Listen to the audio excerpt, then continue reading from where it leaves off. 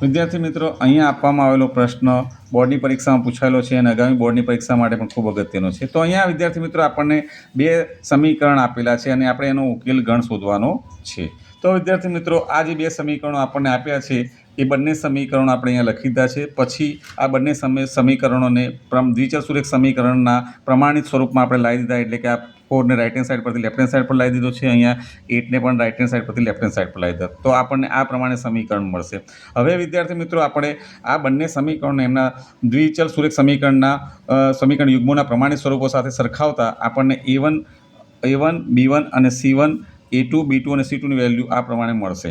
તો હવે વિદ્યાર્થી મિત્રો, આપણે A1/A2 કરીએ તો 2/4 થશે, અને B1/B2 કરીએ તો -3/-6 અને C1/C2 કરીએ તો -4/-8 થશે. હવે વિદ્યાર્થી મિત્રો, અહીંયા જો છેદ ઉડાડીએ તો આપણને A1/A2 1/2, B1/B2 1/2 અને C1/C2 1/2 મળે. ત્યારપર આપણે કહી શકીએ કે A1/A2 B1/B2 C1/C2. તો આ જે કન્ડિશન છે એ તો એના આધારે તો આપણે જે ઉકેલ મળે છે એ અનંત ગણ મળે, એટલે કે બંને રેખાઓ એક જ હોય, અને બંને રેખાઓ એક જ હોય તો આપણને ઉકેલ અનંત ગણ મળે. માટે આપણો સાચો જવાબ છે અનંત ગણ.